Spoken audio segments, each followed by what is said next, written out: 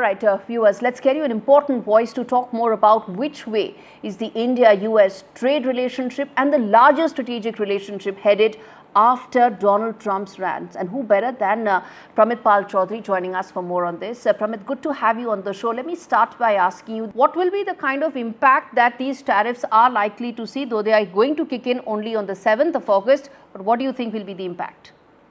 So if you look at the tariffs that have been imposed, Trump has actually exempted half of our exports, or at least right now, no tariff has been imposed. Electronics, pharmaceuticals, which are in a separate investigation, so-called 232 investigation, as well as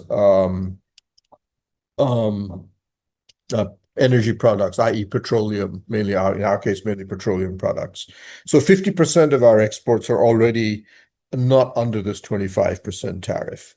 But remember, what we are seeing is not a final agreement or a final decision. This is effectively a negotiating ploy, a hard negotiating ploy by the United States, by Trump, to force concessions from India on what are probably the last 3 or 4 remaining issues in the negotiations. So at least for 1 month, yes, those tariffs will remain, but the process, depending on what happens in the negotiating process, these tariffs could potentially be ended in a month's time.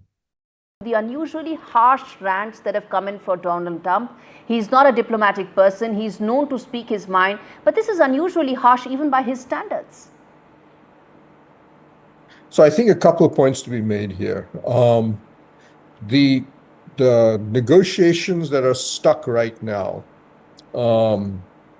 if you want, are on dairy, soya, automobiles, and some other digital areas. Of these, soya and dairy are politically very important for President Trump. They're also important for Prime Minister Modi. But the MAGA support base that Trump has, the farmers in the middle America that have voted for him in Nebraska, Kansas, the Dakotas, they grow these crops. So this is very important for him, especially at a time when China, the single largest buyer of American soya in particular, has stopped buying them because it's part of their hardball negotiating tactics with the United States. So he's a little desperate, if you wish, for an alternative. So this is not just about trade. This is about his domestic politics. In the same way, obviously, that agriculture and soy is very much part of Prime Minister Trump's Prime Minister Modi's internal domestic political situation. So that's one element of it. But there is, you're right, an edge to this. Trump is not a diplomatic person. He abuses, and if you read, he abuses and curses people on a regular basis, including, the Prime Minister of Canada, the leaders of Europe, countries that are formal treaty allies of the United States. It's part of his negotiating style. If you read his book, The Art of the Deal, he always says that the game is to first get leverage on that other person. In other words, find some way to arm twist him, to get an edge on him, and then push and push and push and scream and shout and whatever. And then at the end of it, suddenly say, okay, we have a deal. And then shake hands and be all smiles and then move on to the next deal. So that's part of his negotiating style. It's one that a real estate developer, it might make sense. It, in my view, doesn't make sense with the president of the most powerful country in the world, but he is what he is. Pramit, it's one aspect to actually rant when it comes to India. But the very public embrace of Pakistan, talking about, potential oil deals with Pakistan, how does that really, change the dynamic for India-US, especially in the wake of these very public embrace of Islamabad by the US? I don't think it'll have much impact, in a sense that the optics are poor, but there is no substance between the US and Pakistan. If you want to put it this way, the Trump administration kind of works on 3 or 4 different levels. There is President Trump himself, who runs, if you wish to put it politely, a highly personalized form of policy making. And it's almost whimsical depending on what he gets interested in or excited about. Second is his family. And this is very important because his family is basically about making money. And I think this is a number of countries, including Pakistan. There's a very good article in the Economic Times about this, but other newspapers have reported this, that the family has created, for example, crypto funds, which are designed, the World Liberty Fund and so on, which are effectively designed to say, donate money to the family, and we can give you access to the president. And Pakistan has put an unusually large amount of money into those type of funds. So it's a reasonably cheap way, if you wish, to win access to the Oval Office. And I think this is one of the reasons why Trump is prepared to meet people like Munir, even though Munir has very little to offer. But then there is the rest of the administration, the Secretary of Defense, the Secretary of State, the intelligence structure, all of whom, whether it's Tulsi Gabbard, even the U.S. Vice President J.D. Vance, Pete Hegseth, Marco Rubio, very clear in their minds that India is the future partner that America needs to be working with, but they do not always control where the president goes, or I should say the president doesn't always listen to them. The problem for Pakistan is that these are the people who actually implement the policy, and they have no interest in Pakistan. They do not see Pakistan bringing anything to the table. Its economy is smaller than the city of Mumbai.